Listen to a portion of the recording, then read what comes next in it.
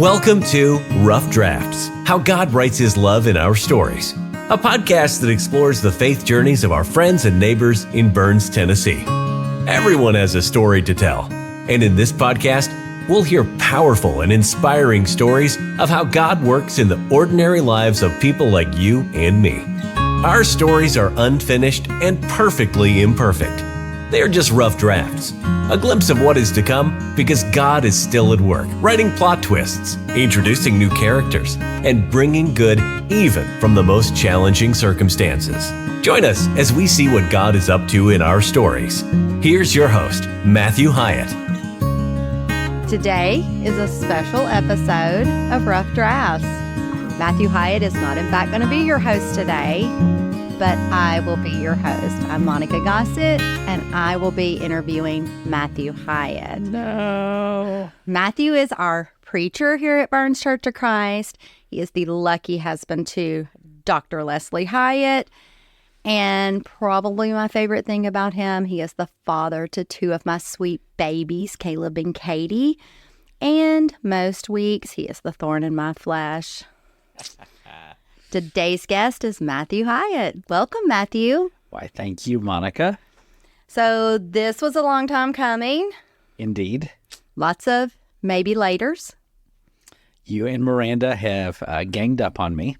It was God's will. Well, you and Miranda and God have ganged up on me.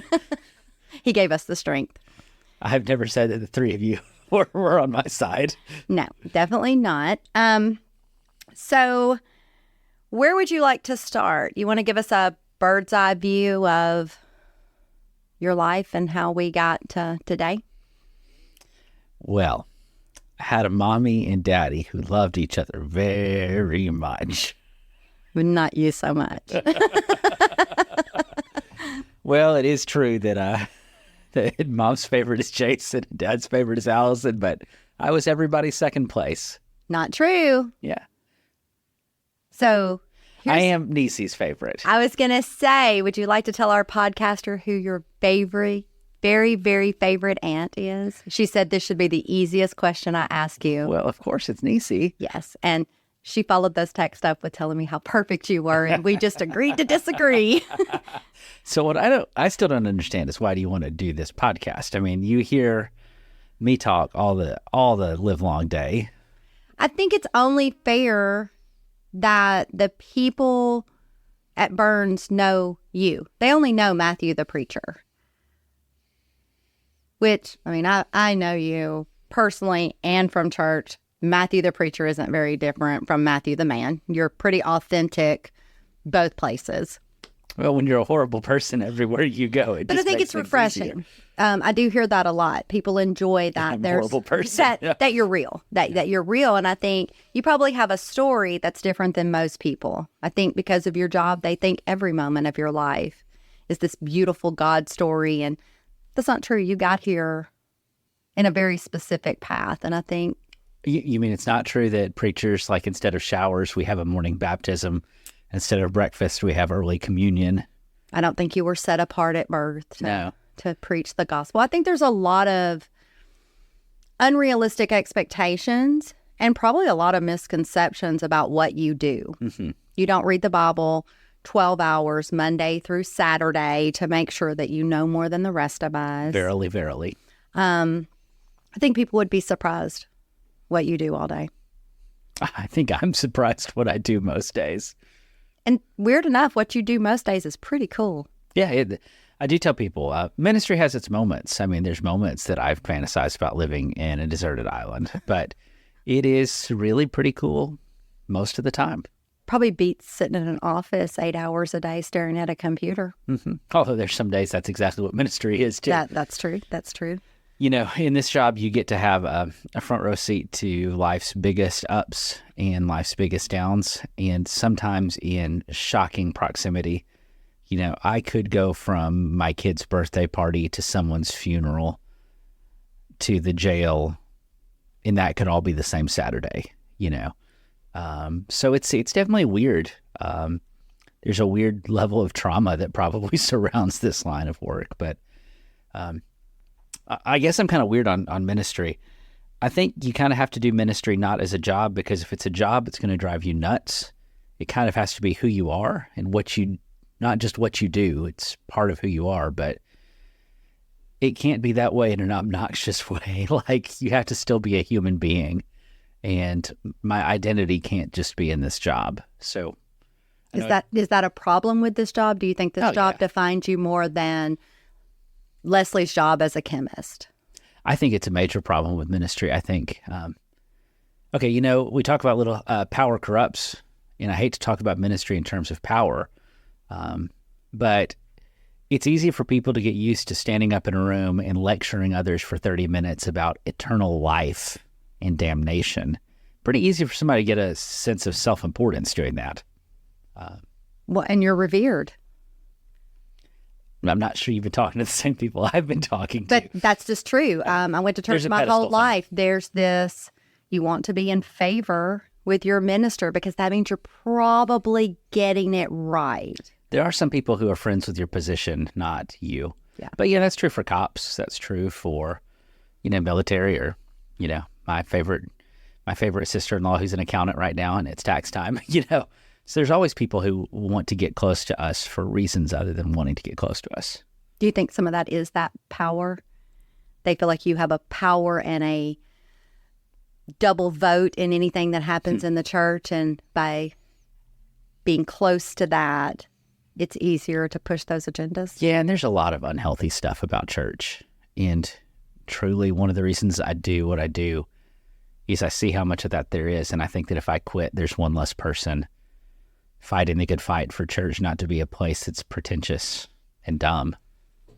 So that sounds really harsh. What's the hardest thing or the greatest pressure in this position?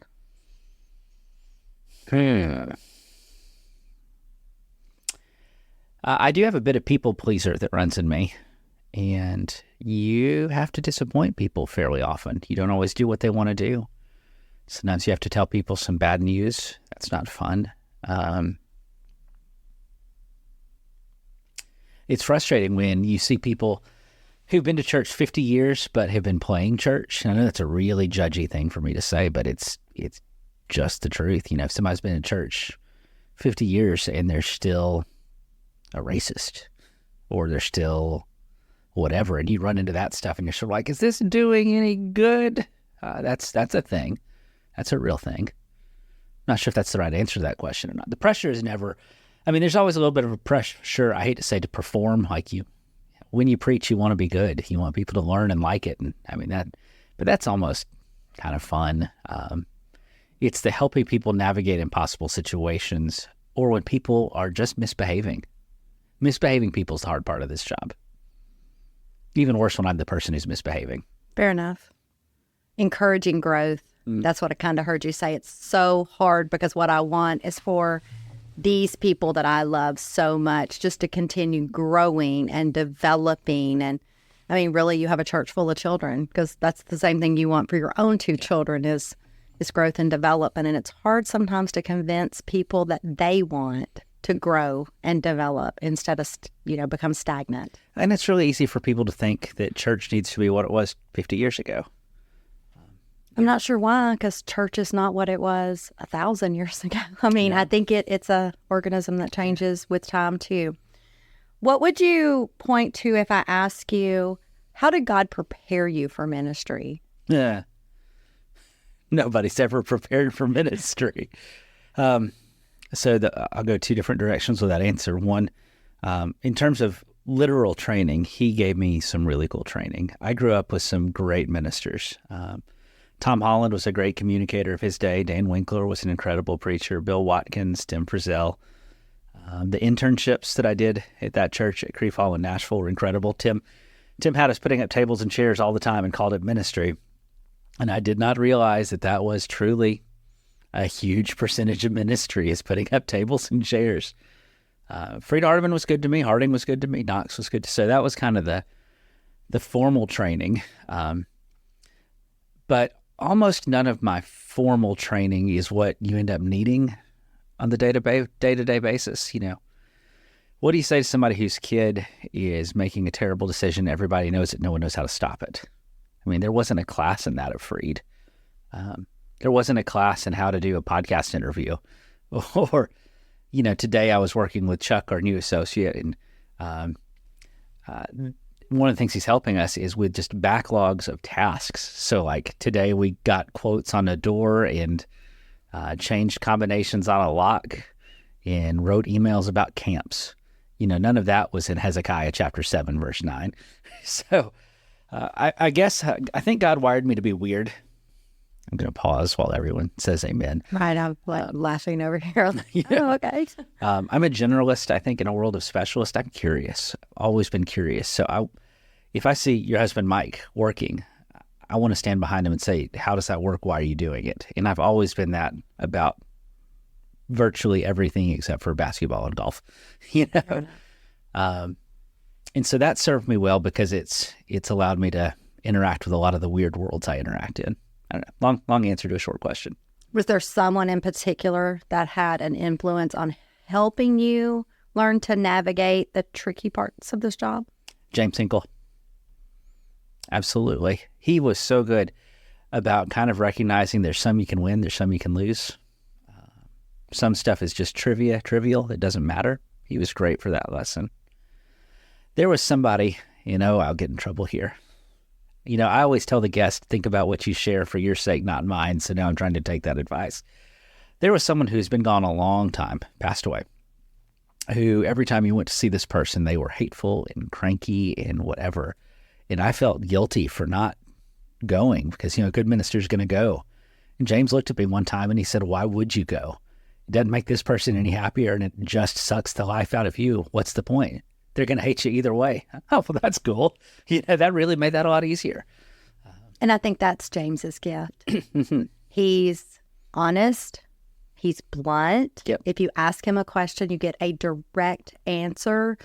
But that answer never for me personally, has been judgy or made me feel criticized. He has this grace and honesty.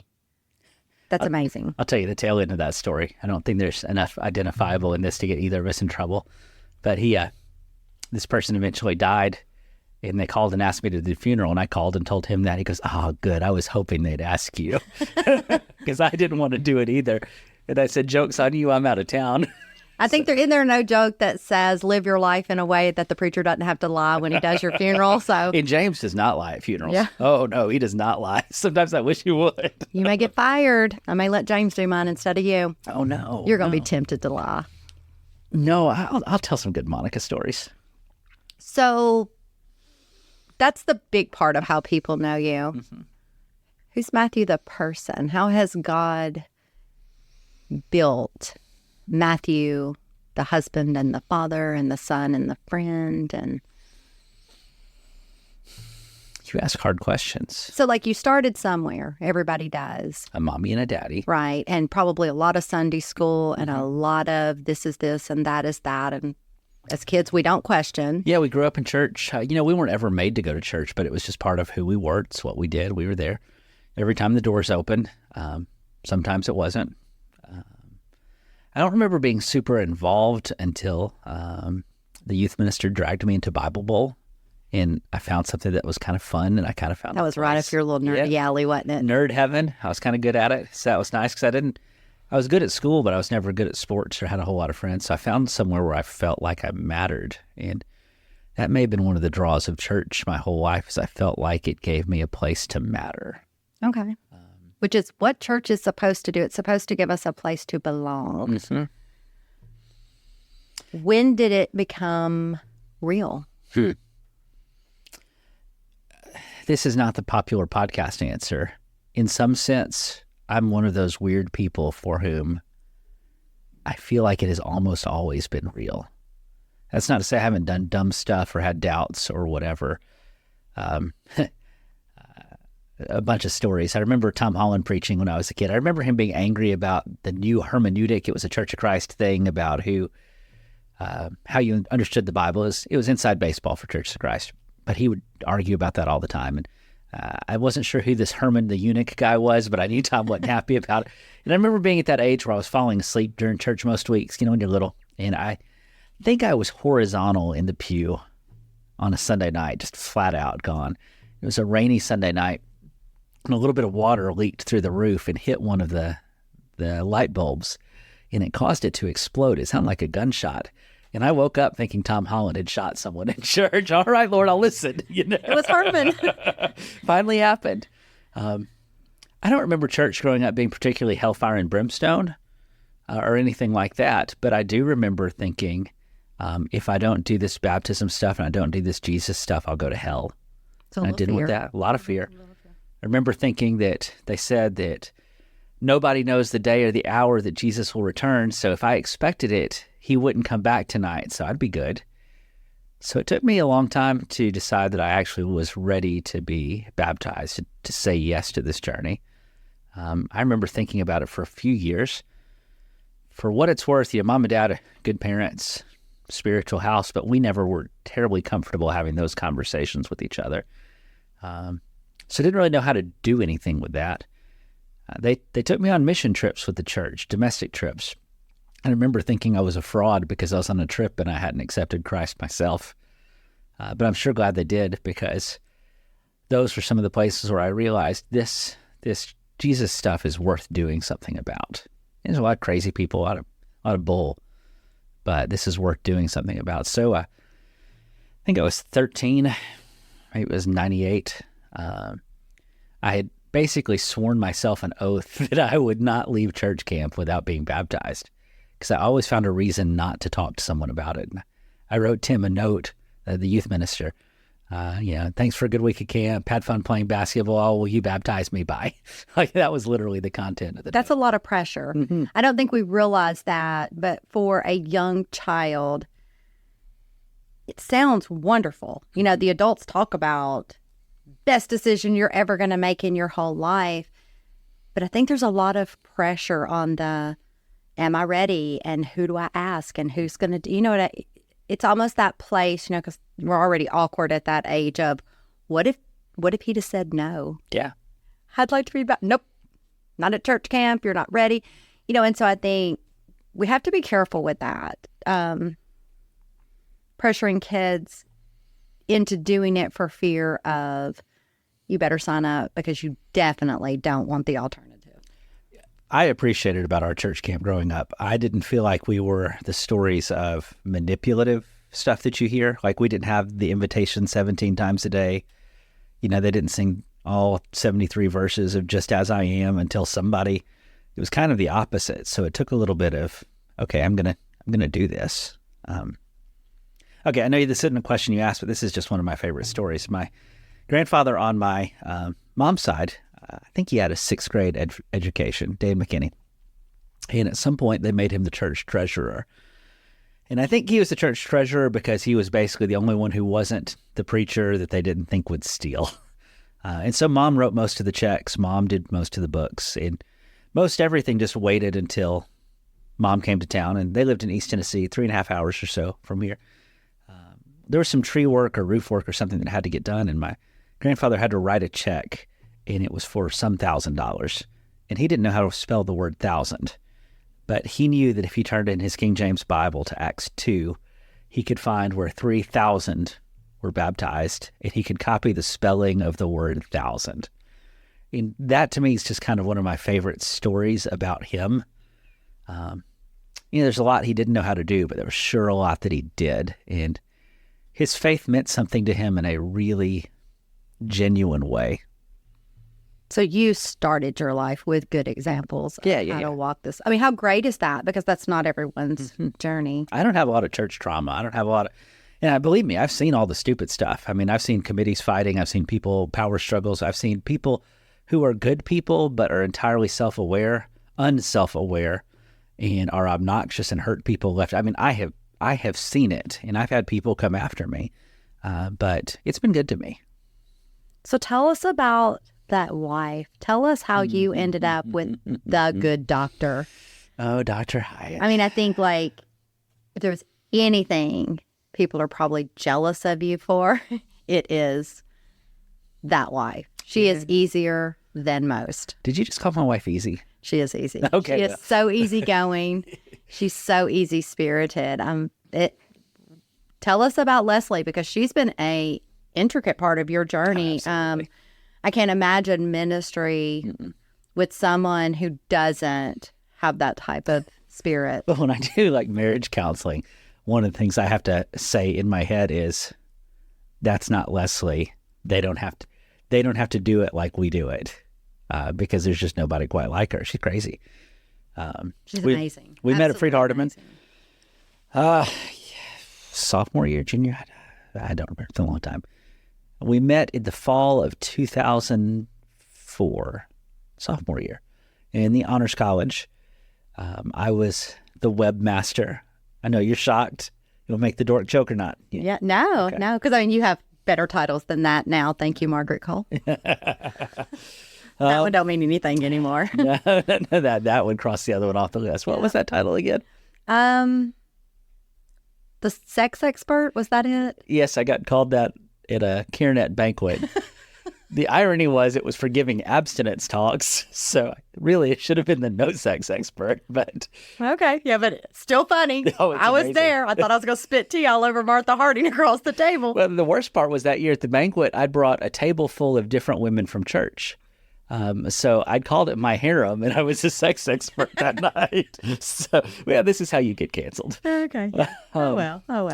So I was working with Honors College, trying to get everybody's info. We had a directory of the nerds, and Leslie decided she needed some resume fodder for grad school. So she was going to run for office. So she came and politicked, and unusual for me, I saw her and pretty well asked her out on the spot. I didn't date a lot. I had a girlfriend my senior year of high school, and that was probably more about kind of having fun and figuring out two people who weren't dating anyone who wanted to date someone. It was nice. Dated her a little bit, but didn't go. And I was always pretty insecure and afraid I would be alone. And bazinga! I mean, so if there is a middle school or high school kid out there and you are having self-doubt, just know you could end up with a Leslie Hiatt. I kind of hate to tell this part of the story because I know it doesn't work this way for everybody, but that was a big place of insecurity. I'm at Find a Husband University, right? Yeah. Freed Hardeman had a 65% female ratio. It's one of the reasons I went there. I mean, my odds were about as good there as they were at a convent. But I wasn't dating. All my roommates were, and you kind of wonder, are you the one who's going to get left behind? So I understand people who feel that way, but we had a campus devo the night before, and I wish I could remember who or what.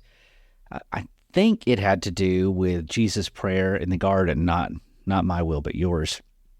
And I think the gist of it was, do you trust God to do what you want him to do, or to do what he knows he should do? Do you trust God, or do you trust yourself with God's name on it, was the gist. And I remember that night I went to bed in the dorm. It's weird. Vividly, I can remember where my bunk was. My head was by the door. It's on the bottom, all that stuff. Drew Spivey was my roommate. I remember that night actually praying that, God, I want to date somebody. I want to find somebody, but maybe not. Whatever, you know what you're doing. So I'm going to quit worrying about it. The next day I met her, and I thought she was cute. Thought she was funny. Thought she was smart. Asked her out. She said no. You said, hey, God, that was not how that was supposed to work. I think even then I kind of chuckled because I thought, was he just checking to see if you actually meant what she said? Because I was pretty okay with it. But, I asked a few more times. And she wasn't dating anyone that semester, and that was unheard of at Freed Hardeman. Okay, but we should add here, because I know this part of the story, Leslie was the only female who went to Freed Hardeman University not looking for a husband. Yeah, seriously. She told me that she had come out of a bad relationship and that she had made a commitment that she was not going to date. I don't remember if it was the first semester, the first half of the year, the first year. That semester, yeah. And this conversation happened in August. And I might have said, I will change that. Spoiler, I didn't. she really liked telling that part of the story, but I think she knows how tired I got of hearing people enjoy that part of the story. But in reality, probably a God moment for you, because if you were going into ministry, I think you needed someone with that type of discernment, confidence. Leslie's greatest strength is Leslie is comfortable being Leslie. She's not the preacher's wife. She's not stressing out about this stuff. She just says, you do you, you know. That's our small group joke. When we get ready to plan food each week and it starts to get a little out of hand, because we have all the people who love to cook, we go, hey, let's all be a Leslie Hiatt and let's quit stressing this. Yeah. It's just, and that's one of her greatest strengths. She is definitely a roll with the punches girl. Story a lot of people probably don't know. So, we started dating the next semester, January of 2005, and it went well, and we'd been friends it was cool to start dating after we'd already been friends. That's one of the things that I like about Hannah and Bryson's thing. Friendship is a really good foundation for a relationship. Gets way underrated. But, we're getting closer to her graduating. She's going to graduate a year before me, and she starts applying to grad schools, and that was kind of a stressful, where's she going to get in? What if it's on the other side of the world? And if I remember right, she applied to 3 schools. Vanderbilt, UK, it's either Duke or UNC. I think it was Duke. I can't remember. UK was the safety school. It's the one she should have gotten in, no problem. The North Carolina school was the one that she had the perfect resume for, the perfect experience. That was the one that was just the right fit. And Vanderbilt was the stretch school. I'm not going to have enough to get in there. And man, I was hoping for Vanderbilt because I was still going to be freed for another year. This was the time, by the way, I started figuring out CLEP tests. If I could graduate quicker, I could catch up with her. So I started guessing my way to a college degree. I maxed out how much CLEP credit a person could get and get a diploma. But the way it turned out, she didn't get into her safety school. She didn't get into the school that made sense. The only one of her 3 grad schools she got into was her dream school, Vandy, and that was Nashville. And it had not been for that, would we have been able to stay together? Would I have been able to go to Burns? I mean, that's one of those pieces. If that piece weren't there, the whole story would have been dramatically different, and I don't know how still, It's kind of cool to watch how he really answered your prayer. Mm-hmm. You said, I'm going to wave my white flag. Been doing this Matthews way. Yeah. Saying the right things, trying to do the right things, orchestrate this relationship. So basically that night you waved the white flag and said, you know what? My way doesn't work. We're going to do it your way. And those pieces just started to tumble. One of my life lessons is sometimes you need to work hard and sometimes you need to have grit. But sometimes if you have to work too hard, it's a sign that you're trying to force something to happen. It's the same advice I give for marriage. Yeah. Marriage is work. Can't make them work. Right. You be prepared to work. Yeah. But you can never make a marriage work. The minute you start trying to make a marriage work, you have to know it's over because that doesn't ever happen. Mm. So fast forward. Everybody has jobs, have a house, and now we're ready for parenthood. Mm. What was that journey like? Mm. Did that change your faith? Has that been something that has grown your faith in a different direction? Kids are strange little beasts. They are. And again, sometimes I feel guilty. It's not to say that I don't have my own problems or drama or we all have our stuff to deal with. But in the grand scheme of things, I'm not blessed. I'm spoiled. I've never worried where a meal's coming from. There's always months where you wish you had a little bit more money, but I've always had enough. Yeah. No, I haven't even had enough. I've always had more than enough. And whenever it was tight, it was usually because I'd done something stupid. Is this where you want to talk about your motorcycle? Is that the segue into why you ride motor? No, I'm just kidding. No, yeah, motorcycles are good therapists. Everybody ought to get one. What's fatherhood been like? We did not struggle with infertility, and in one of those things, like Leslie pretty well got pregnant practically the minute she hoped to. I was going to say, I knew she had a very small window that wouldn't interfere with her school schedule. It made career and parenting and church far easier. Both kids happened the same way. Caleb's story was a little bit more interesting just because Leslie had some preeclampsia, and it's the first, so there's the nerves and there's the whatever. And the doctors were a little bit, I kind of hate high-risk OBs. I've come to hate them in ministry because I think the only thing they do is terrify people. I've yet to see a whole lot of stories where I think they do anything besides that. I'm sure they have real value in some stories, but I think 9 times out of 10, they just... So anywho, Leslie ended up in the hospital for about a week. Caleb ended up in the NICU for a couple of days, day or two. I can't remember which. But even that, I think, was almost a little bit extra time of training wheels to get used to the idea of this little human being here. Then they packed him up, put him in a car seat, handed him to you, and let you walk right out of that hospital with him. Yeah, that feels so weird, doesn't it? It's kind of the scariest moment. Like, oh, I'm about to drive home with this in the back. And now I'm 100% responsible. And there's not going to be a nice nurse come in if he just keeps crying to show us how to make it stop. I mean, it's scary. And we were pretty well the first kind of in our friend circle. We waited a while before we had kids, but, it wasn't like all of our friends had babies that. Neither of you had a lot of babies, like not even nieces and nephews. I guess Leslie had one niece. Mm-hmm. And then you were parents. I know. They also teach, I think, better than almost anything else in life. I know nobody thinks that I actually plan things in my life, but this year's Father's Day sermon, I think, is what being a dad has taught me about the Father. That's what I'm planning to preach. Because there's something about the way you love these little terrorists, no matter what they do. And it's amazing how often in the preacher hat job, I spend a lot of time trying to convince people who did something they think was wrong a lot of years ago that God might still actually like them. So having a kid and loving a kid, and recognizing they can annoy the fire out of you, but, I'm sorry, my kids could become serial killers and they'd still be my kids, so you just better hope they don't. And I don't know that parallel is easy until, I think pre-father, you knew it, you wanted to believe it, you began to compare, like, I think God loves me like Mike Hiatt loves me. There's nothing I could do that I would stop being his son. Yeah. But I think it goes deeper once you are the father, because if you ask yourself the question, what is it that one of those two kids could do that you would disown them? They would no longer be your child. There's nothing. Yeah.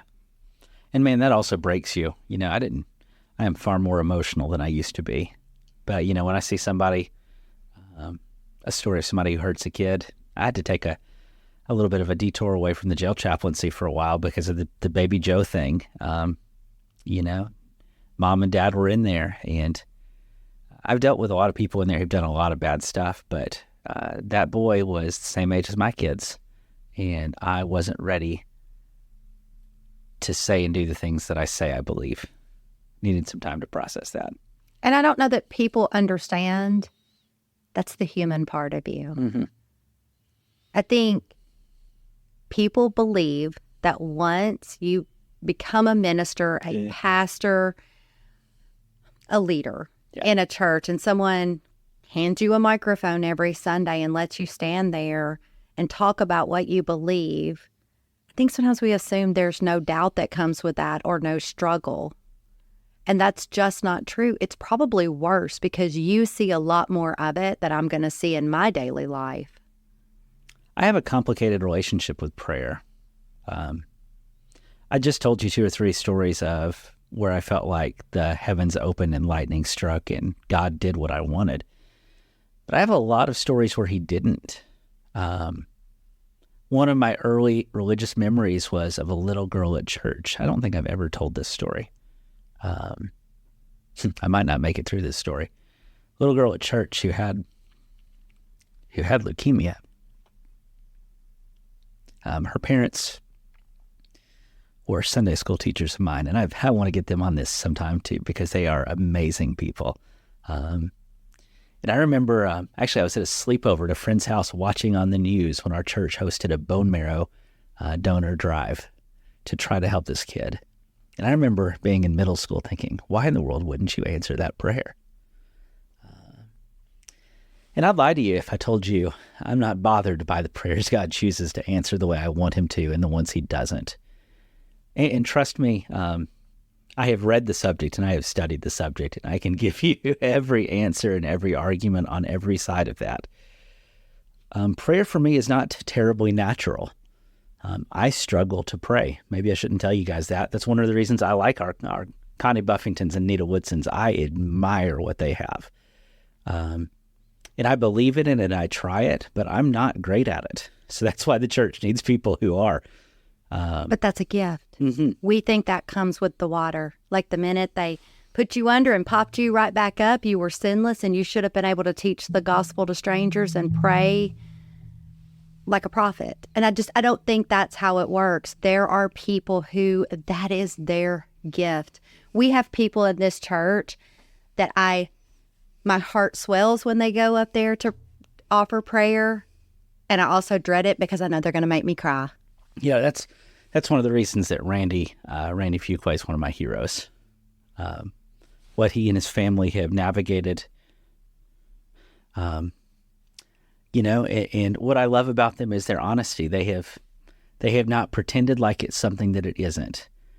And I guess one of the things that I was just born inconstitutionally capable of dealing with is fake. I can't do fake. I hate it. It's pretentious nonsense.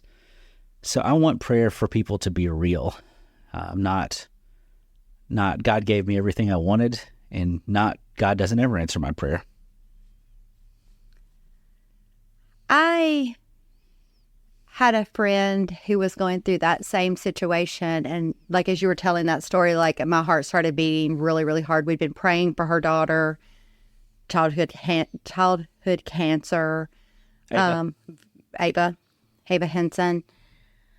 I remember we had prayed and prayed. My girls and I had prayed and prayed, and I remember we were sitting at the house. We were at our kitchen table. We had just sat down to dinner. My phone was beside me. It dinged. I happened to look over and got the text that her journey had ended. And I remember being furious. Yeah. Kind of like you. Mm-hmm. Of all the prayers, why not that one? And I remember saying to my girls and Mike at that table, I am so angry. I asked him for complete healing and he did not answer me. And Jessa said, but he did. Yeah. He did give her complete healing. And I remember thinking, why can't I have those eyes to see? Randy Fuqua did Braxton's funeral. Best funeral I've ever heard. Only funeral I've ever heard Ludacris played in, so that might have that might have helped a little bit. The poor guy at that local church looked super uncomfortable, and that made me even happier. But Randy said the same thing. He said, we prayed for healing. I thought we didn't get it, but we did. So, I think for me it is a lifelong struggle to recognize that God knows what he's doing, and I don't have to like it. And I think not pretending to like it is been pretty important for me. And I think it's human. Mm-hmm. Because let's be real, Katie Hiatt does not like everything you think she needs to do either. And she is incredibly vocal about her disdain for your decisions. Like, no, you may not eat chocolate from the time you wake up till you close your eyes at night. But not She would love that, but it's a no because that's not good for her. But her anger towards you and your decision does not change how you feel about her. I think that's a great representation of God the Father. He doesn't care if I don't like his decisions. Yeah. He's okay if I'm mad. Yeah. He's okay if I'm vocal about being mad and how much I dislike his decisions. It doesn't change how he feels about me. Yeah, it's funny, even just kind of telling these stories. I don't know that I've ever put all of these together in order prior to this conversation.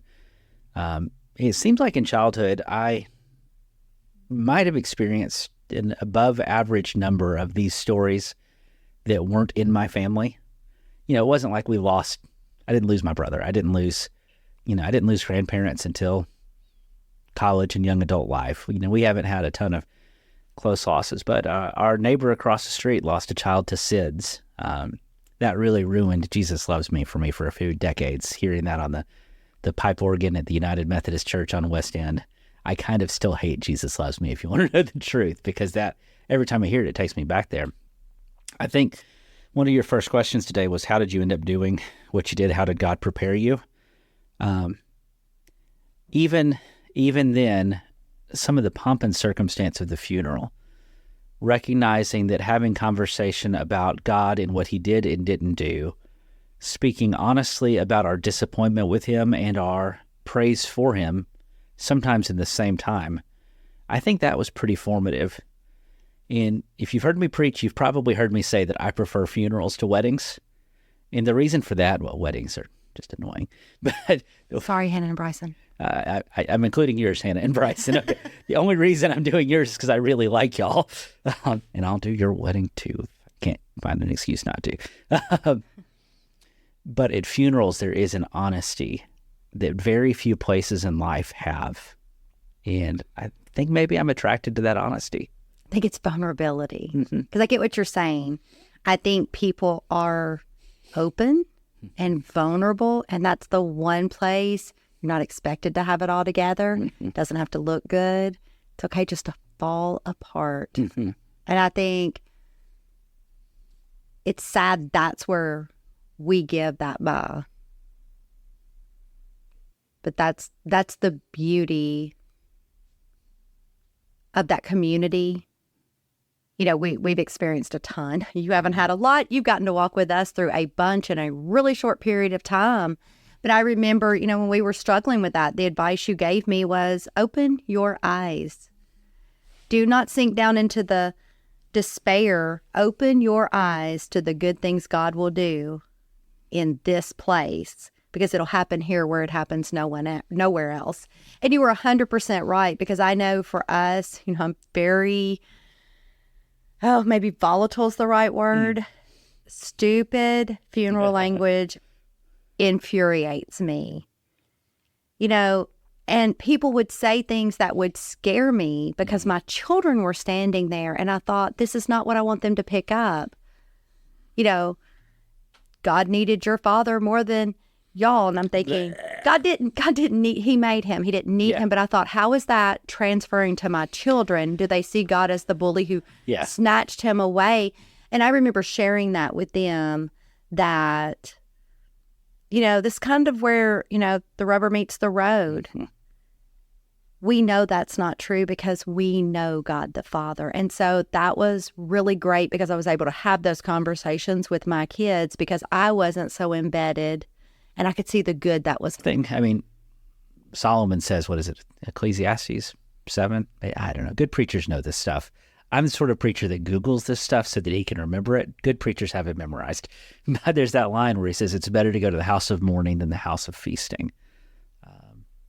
And don't get me, this podcast probably makes me sound like some weird gloom and doom freak or something. Don't get me wrong. I like a good party. I like rodizio and a steak on the grill with friends. I love to sit around a bonfire. When you talk about productive times in life, the valley. It's always the valleys. Valleys are where you are formed, and it sucks. I wish it were a different way. When my buddy Matt got hurt on the motorcycle, I remember thinking, God, this is a pretty crappy way to win him, So, why'd you do it?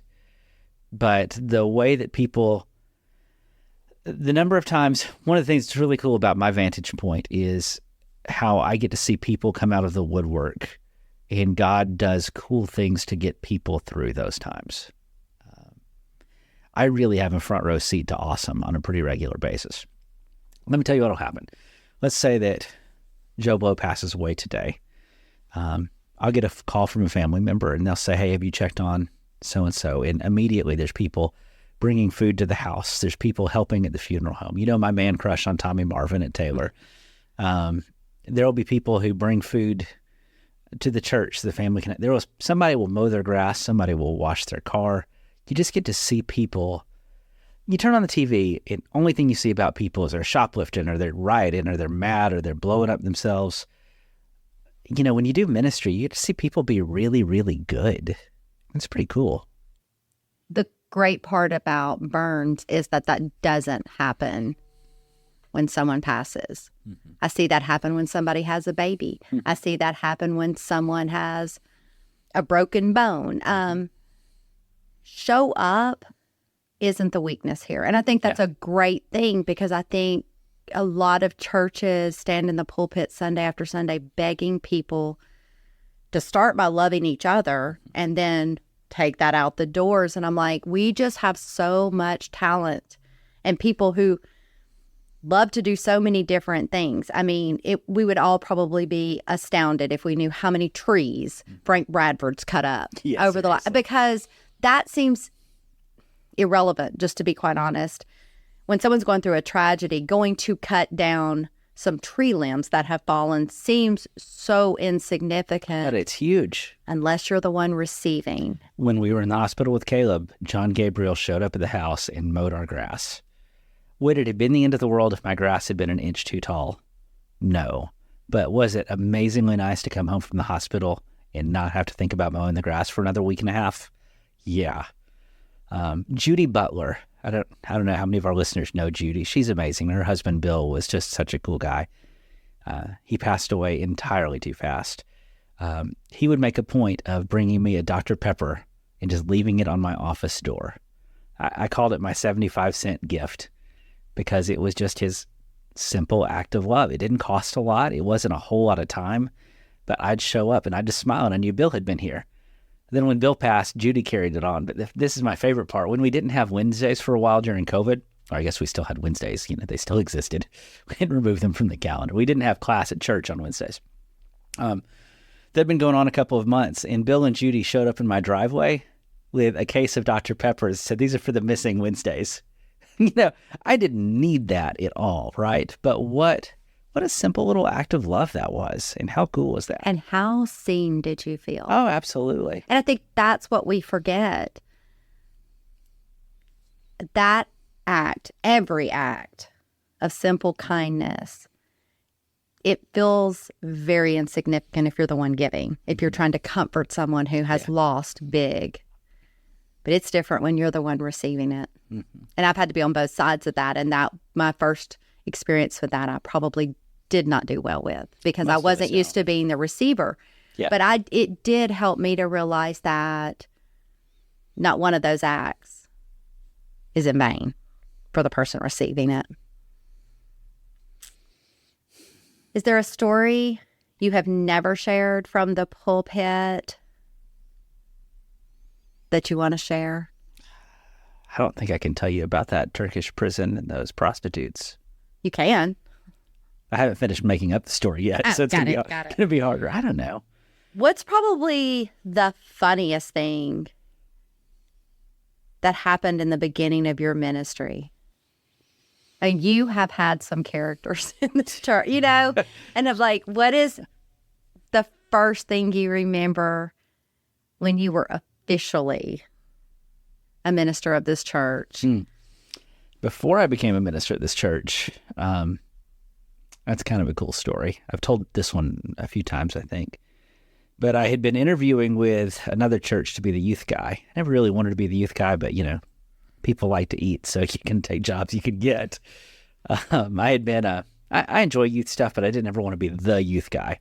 I'm just not good at caring about sixth graders when their relationships end. Like, I have a hard time being... Or the cradle roll. Lord hates babies. That's why I'm at CareNet. But this church was influential in its community, and I'd been recommended by a professor at Freed. I had done a paper interview where I'd written answers probably to 5 pages of questions. I drove to Nashville, met a search committee, and they invited me out to the church to meet them, and I spoke at a Devo and had lunch with people, and they were going to offer me a job. At the end of it, the elders whipped out a cassette recorder. It was in that era, a little micro cassette recorder, if you remember those. put it on the table and said, now we've got a few more questions and we're going to record this so we can go over your answers to see if we find any discrepancies. I thought, excuse me? Like it was trial. Is there a court reporter sitting here? And the questions, I don't mean to be too mean, but they were just, there were some moments where I thought this was candid camera. What would you do if you're planning a youth trip? Tell us exactly all the things you'd want to do. Yeah, they wanted me to demonstrate I knew how to plan. Next question was, what would you do if the young women at the church got her navel pierced? And I'm a smart aleck. So I just responded, I don't plan to make it a practice to investigate the navels of the young women. and like 2 of the guys in the room busted out laughing, and the rest of them did not look impressed. They thought the interview went great. I know that because they offered me the job. I thought, this is ridiculous.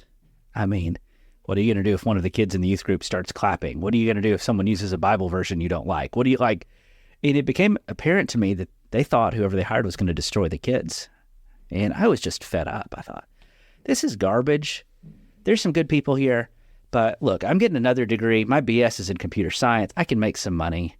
Screw this.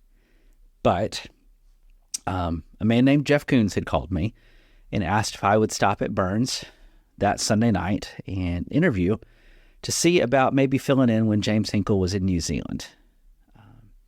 And by the way, that call happened because of Leslie, because I drove to Faulkner with a guy named Jimmy Morris because our girlfriends were playing each other in soccer. Jimmy and I interned together. So his girlfriend played for Faulkner and mine played for Freed. And on the way back, I was hanging out with Jimmy's girlfriend's dad. How convoluted is this? Who is Jeff Koons' brother. And Jeff was talking to Steve about how he needed somebody to fill in sometimes. Do you know anybody? Steve gave him my name. Long story short, I came down that weekend. The only reason I came to Burns that weekend was I had told Jeff I would, and I thought I needed to keep my word. So I was coming just kind of like, get this over with. This was pre-GPS, so you had printed MapQuest directions. We still thought those were pretty cool. Couldn't figure out which way to turn at Highway 96 because the sign did not say Burns. It said Dixon and Fairview, and I didn't know which one of those was Burns. It was a thing. I get to the church building that Sunday night, and the parking lot is full. A little country church, full parking lot on Sunday night. I go in, and it is packed with young people, and nobody talks to me except for Doug Jocelyn. He shakes my hand at the door. You remember Doug and Carolyn? He used to be our door greeters. And I go in and I kind of just wander around, and I sit down, and Walnut Street's youth chorus was here to put on the service and sing that night. And they had forgotten entirely that they had invited me to come to Burns. So it couldn't have been any more different than the other church where there's somebody putting down a tape recorder to check me for discrepancies, and then this church where they had forgotten they had invited me. So I met Jeff and Glenn, and they were incredibly apologetic. And they said, if you don't even want to talk to us, we'd understand. And when he said that, I went back and forth between thinking, is he being genuine or is he trying to get rid of me? Is this, we didn't really mean to set, I thought, I think this guy is genuine. So we stayed and we talked probably till 10 o'clock at night about this church and how this church was and how this church wasn't interested in trying to be conservative or liberal. They just wanted to love people. Well, this is different than I heard at the other place. They said, well, what do you think about just coming and teaching Sunday school one Sunday? Okay. And I did. I'm going to compress these stories because I've just talked way too long. I come a few Sundays later for kind of a tryout Sunday, and I'm teaching Sunday school in the auditorium. And I'm 21 and dumb. And I'm teaching from the middle of the room. I'm probably 10 minutes into class, and all of a sudden I hear this snoring that is literally the loudest snoring I have heard in my life. Okay. And it keeps going. I see everybody looking around. I thought, great. I am not getting this job because I'm pretty sure it's a really bad sign if they are actually unconscious before you get started. It was Rilla. If you've been around Burns, you know Miss Rilla. So they let me come that morning after I got explained about Rilla that was You thought God was humbling you, didn't you? probably. It continues. They asked me if I would lead singing, and I'm not good. I could kind of bumble my way through it. You can make up for a lot of things with energy and enthusiasm where you don't have skill. So I get up to lead the first song in worship after that amazing start to Sunday school. And out comes Glenn Buffington with a 4-foot-long pole with a hook on it while I'm leading the first song. What is happening here?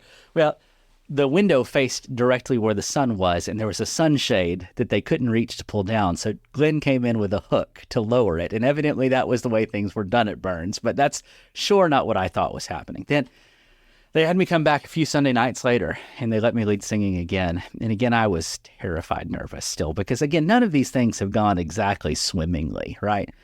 And I get up, and I've got my Post-it note with, 7 song numbers. I was going to just kind of pick the one I felt comfortable with at the moment. And I lead This World Is Not My Home. It's one of my favorites. And about 3 songs later, I call out the number to lead This World Is Not My Home a second time because I didn't realize I had written it down on the list twice. And I think it was Harriet who just kind of cocks her head sideways and raises her hand and says, "Didn't we just do this one?" So my experience at Burns could not have been much different than the one at the other church. You thought these people are crazy. These are my people. And I have flubbed this, and they still want me. I turned that other church down. They've split a couple of times since then. And I think, God, you knew what you're doing. So that's funny because I think when I first met you, I thought the connection to Burns was Harriet.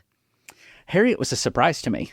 Okay. Harriet was my 6th grade English teacher. See, I knew that. So I would have made the assumption that you came into ministry through that connection. And James and Harriet were out of town the first couple of Sundays I came. So that was news to me. Miss Hinkle? And again, that was a point of stress too, because it's never good when your English teacher is reading your bulletin articles. Is there a comma that goes there? But she has been amazing. I don't know if I've told this story in a long time. Probably the second time I ever preached, maybe the first. It was in the first 2 or 3.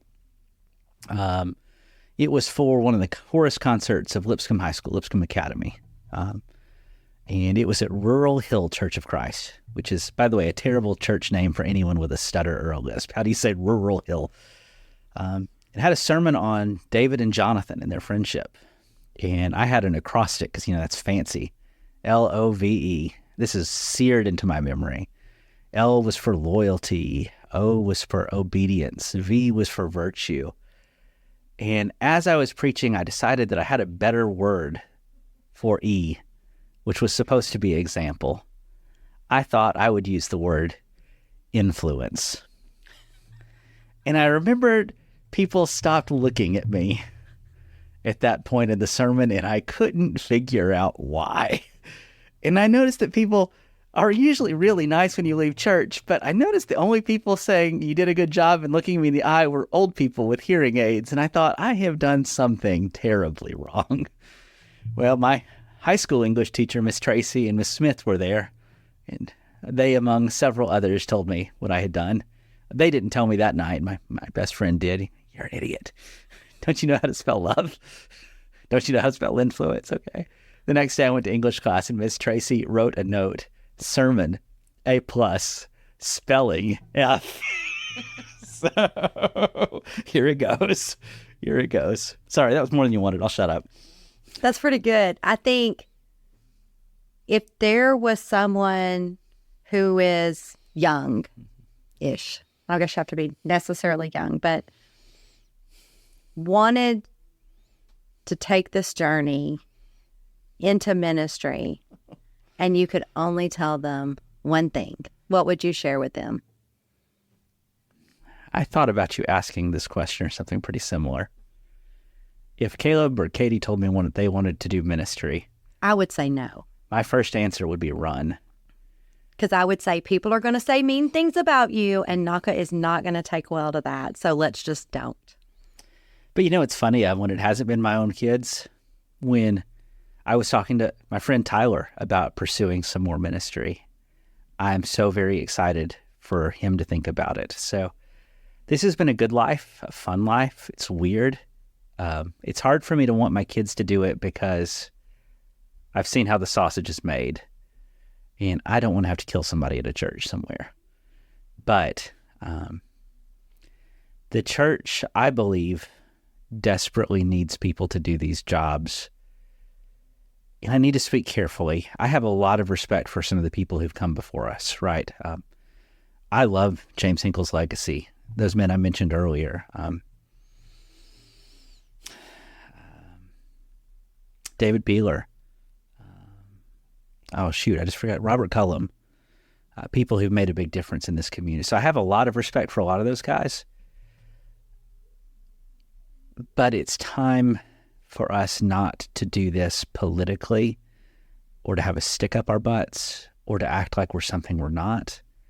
If you're going to do this, do it real and do it right, and don't propagate some of the BS that's so common in churches.